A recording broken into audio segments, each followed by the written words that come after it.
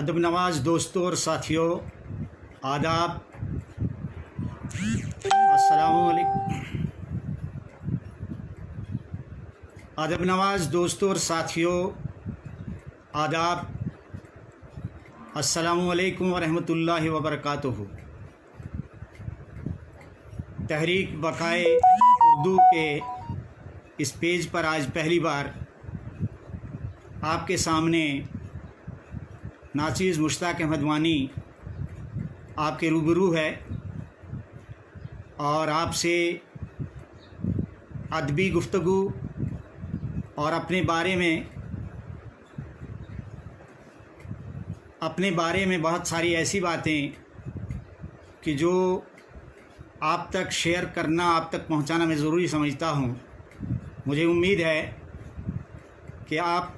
ضرور میری زندگی یا میری ادبی زندگی سے کوئی نہ کوئی ایسی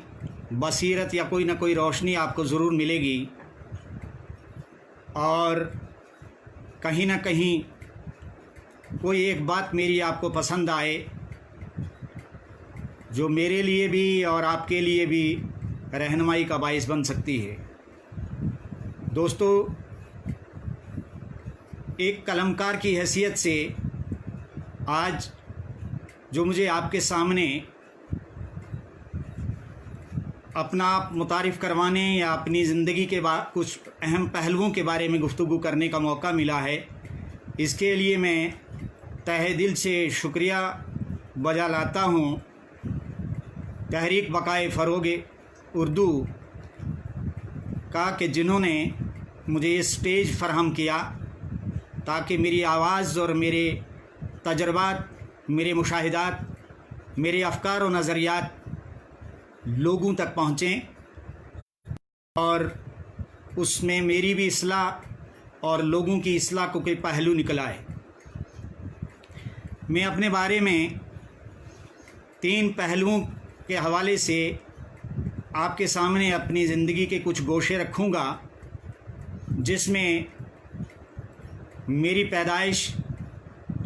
میری ابتدائی تعلیم اور میں کس ماحول اور کس معاشرے سے اٹھا ہوں، اور اس کے علاوہ میرا کچھ ملازمت کا کچھ زمانہ جو میں نے اسکول ایجوکیشن ڈپارٹمنٹ کو دیا ہوا ہے، اور اس کے علاوہ پھر ہم ادب پر گفتگو کریں گے، اور آخر پر میں تحریک بقائے فروغ اردو کے حوالے سے بات کروں گا، تحریک بقائے اردو کے حوالے سے کچھ آپ سے باتیں کروں گا۔ تو دوستوں اور ساتھیوں، میں مشتاق احمد وانی، میری پیدائش ضلع ڈوڈا کے ایک پسماندہ علاقہ مرمت میں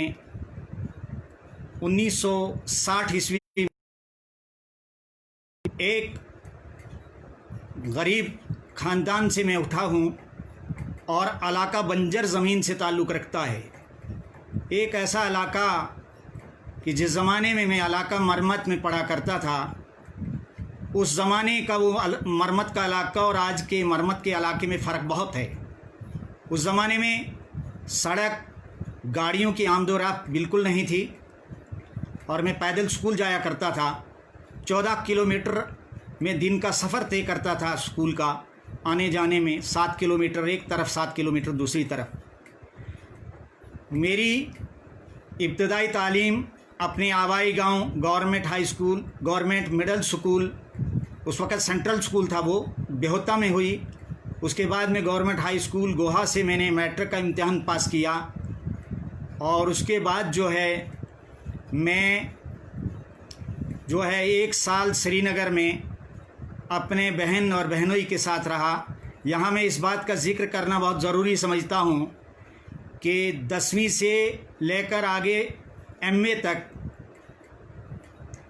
میرے والدین نے تو میری ابتدائی تعلیم میں اہم ترین رول ادا کیا ہی ہے، ان کا احسانات تو میں کبھی چکا نہیں سکتا، لیکن اس کے علاوہ 10ویں سے لے کر اور MA تک کی تعلیم میں میرے بہنوئی پروفیسر محمد اسد اللہ وانی اور میری بہن شمیم اختر کا اور میرے بڑے بھائی نذیر احمد وانی کا بہت بڑا رول رہا ہے۔ ان کے احسانات میں تادم حیات نہیں چکا سکتا ہوں۔ اور اس کے بعد جو ہے جب میں 1987 عیسوی میں اسکول ایجوکیشن ڈپارٹمنٹ میں ٹیچر بھرتی ہوا تو پھر اسی اپنے آبائی گاؤں میں مجھے درس و تدریس کا فریضہ انجام دینے کی مجھے اللہ نے توفیق دی اور میں 5 سال وہاں رہا۔ یہاں میں ایک بات اور آپ کی خدمت میں عرض کرتا چلا جاؤں آپ کی معلومات کے لیے کہ میں ایک ایسا مہاجر رہا ہوں جس نے ہجرت کا زہر بہت پیا ہے۔ وہ اس لیے کہ میرا جنم، میری پیدائش ڈسٹرکٹ ڈوڈا کے ایک پھال فلانگ ایریا پسماندہ علاقہ میں ہوئی کہ جہاں میری ابتدائی تعلیم اور میرا جو ہے بچپن، لڑکپن، جوانی کا کچھ عرصہ وہاں گزرا۔ اور 1982 میں ہم جو ہے مکمل طور پر مرمت کو ہم نے خیرآباد کہا، ڈسٹرکٹ ڈوڈا کو خیرآباد کہا، اور میرے ابا مرحوم اللہ انہیں گری کے رحمت کرے، وہ ڈسٹرکٹ ادھمپور کی ایک تحصیل چنینی میں آبسے جو ایک معروف جگہ ہے مانتلائی، وہاں انہوں نے زمین خریدی اور وہاں ہم رہائش پذیر ہوئے۔ اور اس کے بعد جو ہے جب میں نے 11ویں کا امتحان جو ہے ہائر سیکنڈری اسکول جو ہے جواہر نگر سری نگر سے پاس کیا، اور اس کے بعد جو ہے 1982 سے لے کر 1985 عیسوی تک میں گورنمنٹ ڈگری کالج بھدرواہ میں رہا، جہاں سے میں نے گریجویشن کیا۔ دوستوں اور ساتھیوں،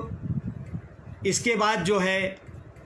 میں جموں یونیورسٹی میں 1986 عیسوی میں نے داخلہ لیا، اور وہاں سے ہی میں نے پھر MA کیا، اور اسی دوران جو ہے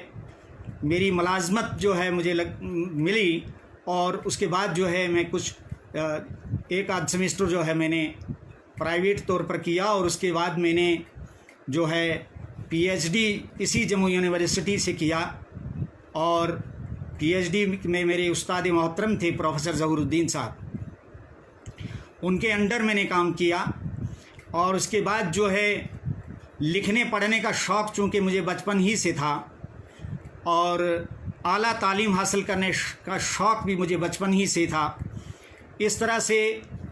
میں نے یہ چاہا، PhD کے بعد میرے دل میں یہ خیال آیا، ایک تڑپ تھی میری، ایک آرزو تھی کہ میں زیادہ سے زیادہ تعلیم حاصل کروں تاکہ میری وجہ سے لوگوں کو کوئی اچھا فائدہ پہنچے۔ اور اس کے بعد جو ہے میں نے ایک طویل زمانے کے بعد، یعنی یوں سمجھ لیجئے کہ 2003 کے بعد میں نے ڈیلیٹ کے لیے جو ہے کوشش کی، اور مسلسل مجھے کافی زمانہ لگا ڈیلیٹ کرنے میں، کم و بیش 5 سال تک تو میں نے تھیسس اپنا لکھ لیا۔ جو موضوع میرا تھا PhD ڈیلیٹ کا وہ تھا اردو ادب میں تانیثیت، اور PhD میں جو میرا موضوع تھا وہ تھا تقسیم کے بعد اردو ناول میں تہذیبی بحران۔ دوستوں اور ساتھیوں، یہاں میں آپ سے یہ بھی کہتا چلوں کہ ارادے جن کے پختہ ہوں، یقین جن کا خدا پہ ہو، تلاتم خیز موجوں سے وہ گھبرایا نہیں کرتے۔ میں نے ہمت و استقلال سے آج تک زندگی میں کام لیا ہے، اور میرا یہ ماننا ہے کہ اگر انسان کی نیت اچھی ہو، اگر انسان کا ٹریک صحیح ہو، انسان کا راستہ صحیح ہو، تو اس کے لیے اللہ تعالیٰ کی غیبی مدد اس کے شامل حال ہو جاتی ہے۔ اور اس طرح سے 29 سال 5 مہینے میں نے اسکول ایجوکیشن ڈپارٹمنٹ میں بحیثیت ٹیچر اور ماسٹر گریڈ میں کام کرنے کے بعد میں 2 جنوری 2017 عیسوی کو بابا غلام شاہ بادشاہ یونیورسٹی میں بحیثیت اسسٹنٹ پروفیسر اردو چلا گیا۔ یہ وہ زمانہ ہے، اس زمانے میں میں نے بہت سارے اپس اینڈ ڈاؤنز دیکھے، بہت سارے نشیب و فراز دیکھے، بہت سارے زندگی کی تلخیوں سے گزرنے کا موقع ملا، لیکن چونکہ اللہ تعالیٰ کی طرف سے ایک جو دین تھی، اور جس کے لیے میں اللہ تعالیٰ کا بے حد مشکور و ممنون ہوں کہ اس اللہ نے اس ناچیز کو جو ہے ایک ایسی چیز دے دی ہے کہ جو چیز یا جس کا ساتھ مجھے لگتا ہے کہ تا دم آخر جو ہے میرا اس چیز سے ساتھ نہیں چھوٹنے والا، اور وہ ہے ادب کی چاشنی، اردو زبان کی خدمت اور اردو زبان کے تئیں میری بے پناہ محبت، اور اردو کے لیے میرا وہ سب کچھ قربان کر دینا کہ جو میری عزیز ترین چیزیں بھی ہیں۔ اور اس طرح سے لکھنے کا، چونکہ جہاں تک میری ادبی زندگی کا تعلق ہے، اگر اس پر آ جائیں تو بچپن ہی سے میں نے جو ہے، جب میں بہت چھوٹی عمر میں تھا تو میں نے اسماعیل میرٹھی، علامہ اقبال، فیض احمد فیض اور اسی طریقے سے حفیظ جعفری اور میر تقی میر اور غالب اور اس طرح کے یہ فراق گورکھپوری اور بہت سارے مائل خیر آبادی، اس طرح کے یعنی کلاسیکل شعراء کو پڑھنے کا موقع ملا، اور ادب کے اندر افسانے میں پریم چند کو پڑھنے کا موقع ملا، راجندر سنگھ بیدی کو پڑھنے کا موقع ملا، کرشن چندر کو میں نے پڑھا، منٹو کو میں نے پڑھا، احمد ندیم قاسمی کو میں نے پڑھا، اور اس طرح سے وہ بہت سارے جو فکشن کے بڑے اہم ناقدین ہیں یا فکشن نگار جو ہیں، ان کو مجھے پڑھنے کا موقع ملا۔ اور جب میں پی ایچ ڈی میں آیا تو پروفیسر ظہور صاحب مرحوم کے انڈر جب مجھے کام کرنے کا موقع ملا تو انہوں نے مجھے بہت محنت کروائی۔ وہ جس موضوع پر مجھے کام کروانے کے لیے جو ہے آمادہ کیا انہوں نے، وہ 2 آدمی پہلے ہی اس موضوع کو چھوڑ چکے تھے، اور اس موضوع کو جب مجھے دیا گیا، موضوع تھا تقسیم کے بعد اردو ناول میں تہذیبی بحران۔ اس موضوع میں میں نے 19 ناولوں کو پڑھا، ان کا تجزیہ کیا، فنی اعتبار سے، موضوعاتی اعتبار سے دکھایا کہ ہمارے 1947 عیسوی کے بعد کس طرح سے ہمارے ناول میں بحران آیا ہے، وہ کرائسس آیا ہے، کیا سنکٹ ہے ہمارے اردو ناول میں 1947 عیسوی کے بعد۔ تو مجھے 4.5 سال مسلسل محنت کرنی پڑی، اور ناول خریدنے پڑے، ان کو پڑھنا پڑا، اور اس طریقے سے وہ بہت ساری چیزیں مجھے حاصل کرنی پڑی محنت سے، کوشش سے۔ لیکن یہ سب کچھ نہیں ہوتا اگر اللہ رب العالمین کی مدد و نصرت میرے شامل حال نہ رہتی۔ دوستو، میری ادبی زندگی کا آغاز کی اگر میں بات کروں تو وہ بھی بڑا دلچسپ ہے۔ وہ چونکہ میں بچپن سے کافی حساس رہا ہوں، مجھے کسی کا دکھ درد دیکھا نہیں جاتا، مجھے سماج کی برائیوں اور نابرابریوں اور ظلم اور استحصال کو دیکھ کر میرا دل تڑپتا ہے، اور میری حساسیت نے ہی مجھے کاغذ پر جو ہے مجبور کیا، تاکہ میں قلم اور کاغذ کے ذریعے سے تحریری صورت میں اپنے جذبات، اپنے مشاہدات، اپنے افکار و نظریات، اپنے خیالات اور زندگی کے وہ مسائل و معاملات پیش کروں کہ جو ہمارے سماج کا حصہ ہے، یا جو ہمارے سماج کے منفی پہلوؤں نے جن منفی پہلوؤں کی وجہ سے آج ہمارا سماج جو ہے وہ بہت حد تک مفلوج ہے۔ اور میری ادبی زندگی کا آغاز جو ہے 1999 میں ہوا ایک کہانی سے، جو میری پہلی کہانی ہے، اس کا نام ہے تڑپتے پنچھی، اور وہ کہانی میرے پہلے افسانوی مجموعے جو 2001 عیسوی میں چھپا ہزاروں غم کے نام سے، وہ منظر عام پر اس میں آئی وہ پہلی کہانی۔ اور یہ پہلی کہانی جو اشاعت پذیر ہوئی دہلی سے، آج بھی غالباً وہ رسالہ نکلتا ہے، بھیانک جرائم میں یہ کہانی چھپی، اور یہ چھپنے کے بعد مجھے حوصلہ ملا، اور اس کے بعد جو ہے مسلسل میرا حوصلہ بڑھتا چلا گیا، اور بفضل اللہ آگے یہ سفر چلتا گیا۔ اور اس کے بعد جو ہے کہانی کی طرف آنا، اور اس کے بعد جو ہے تحقیقی تنقیدی مضامین لکھنا، یہ ایک مشغلہ میرا بن گیا، تاکہ میں اپنے جذبات اور احساسات، اپنے افکار و نظریات اور مشاہدات جو ہیں میری زندگی کے، جو حقیقتیں ہیں زندگی کی، جو سماج کی حقیقتیں ہیں، یا جو سماج میں برائیاں ہیں، ان کو کس طریقے سے ادب کے ذریعے سے اس میڈیم کے ذریعے سے پیش کیا جائے تاکہ اس میں ایک تو سماج میں بہتری آئے اور خوشحالی کا ماحول پیدا ہو۔ اور یہ میں یہاں عرض کرتا چلوں آپ کی خدمت میں کہ ادیب جو ہوتا ہے یہ ایک جہاں اپنے اندر رکھتا ہے، یہ پورے عوام کے لیے میں کی زندگی براہ راست جو ہے عوام کے لیے ایک بہت بڑا تحفہ ہوتی ہے، اس کا ادب عوام کے لیے، عوام الناس کے لیے ایک بہت بڑا تحفہ ہوتی ہے۔ ادیب جو ہے وہ ایک آئیڈیالوجی پیش کرتا ہے، ایک انلائٹنمنٹ جس کو ہم کہتے ہیں، روشن خیالی کی ایک طرح کی وہ اس جذبے کو وہ ابھارتا ہے، وہ سماج کی ان برائیوں پر جو ہے ان کو گرفت میں لیتا ہے، ان کو ادب بناتا ہے، وہیں سے اس کو وہ مواد ملتا ہے، وہیں سے اس کی کہانی تیار ہوتی ہے۔ اگر وہ تخلیق کار ہے تو وہ مضطرب رہے گا، کسی واقعے، کسی خیال، کسی جذبے، کسی احساس سے جب وہ گزرے گا تو اس کا ذہن متحرک رہے گا، وہ سوچے گا، ایک درد اور کرب کو جو ہے وہ صفائی کرتاس پہ لانے کے لیے فن کا سہارا لے گا۔ تو دوستو اور ساتھیوں، جو ہے اس طرح سے یہ ادبی سفر جو ہے میرا 1999 عیسوی سے شروع ہوا، اور بفضل اللہ یہ سفر برابر جاری و ساری ہے، اور بہت ساری چیزیں آپ کی دعاؤں سے جو ہے منظر عام پر آ گئی ہے، اور ان تمام جو جتنی بھی میری تخلیقات ہیں، جتنی میری نگارشات ہیں، میری امید سے کئی گنا زیادہ ادبی پذیرائی حاصل ہوئی، جس کی میں توقع نہیں کر سکتا تھا، لیکن یہ سب کچھ اللہ کا فضل ہے، احسان ہے۔ اس حوالے سے میں آپ کے سامنے اپنی چند جو ہے تخلیقات اور اپنی نگارشات کتابی صورت میں آپ کے سامنے رکھنے کی کوشش کروں گا، تاکہ نوجوان نسل کو اردو سے جڑی ہوئی جو نئی نسل ہے ان کو کچھ اس سے ملے، کوئی حوصلہ ملے، وہ اس سے کوئی روشنی حاصل کریں۔ وہ اس لیے کہ میں جس بنجر زمین سے اٹھا ہوں، میں نے ایک زمانے میں بھیڑ بکریاں چرائی ہیں، میں نے ایک زمانے میں کھیت میں ہل جوتا ہے، میں نے ایک زمانے میں جو ہے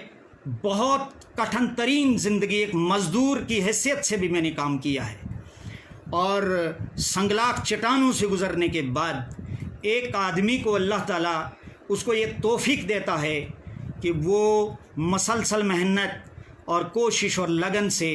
جو ہے اپنی کوئی چیز تیار کر کے اگر پیش کرتا ہے، تو میں سمجھتا ہوں یہ میرا تو کمال نہیں ہے، لیکن اللہ تعالیٰ کا کمال ہے، اللہ تعالیٰ کا احسان ہے، اور یاد آتا ہے کہ یہ سب تیرا کرم ہے آقا، کہ بات اب تک بنی ہوئی ہے۔ اپنے آپ میں آج بھی اپنے آپ کو زیرو سمجھتا ہوں، البتہ یہ ضرور ہے کہ اردو کا ہیرو بننے کی للک مجھے بے چین کیے ہوئے ہے۔ ابھی بھی میں اس عمر میں آ کر بھی اور اس مقام پر آنے کے بعد بھی میرے اندر یہ احساس کمتری ہے کہ میں نے ابھی کچھ نہیں سیکھا ہے، مجھے بہت کچھ سیکھنا ہے اور مجھے ابھی بہت دور جانا ہے۔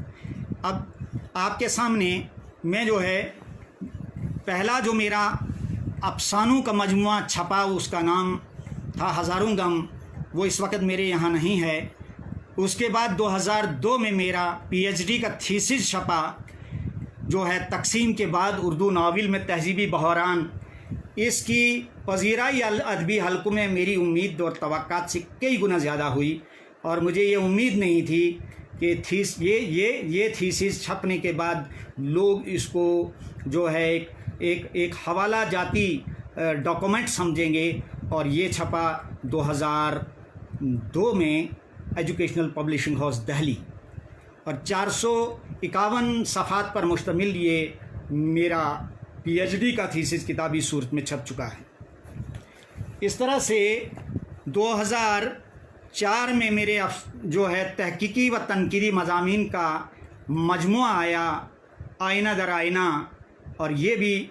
ایجوکیشنل پبلشنگ ہاؤس دہلی نے شائع کیا ہے۔ اسی طرح سے آپ دیکھیں گے کہ 2008 عیسوی میں میرا افسانوں کا دوسرا مجموعہ منظر عام پر آیا، جس میں جو ہے 12 کہانیاں شامل ہیں، اور آپ یہ دیکھ رہے ہیں میٹھا زہر نام کا یہ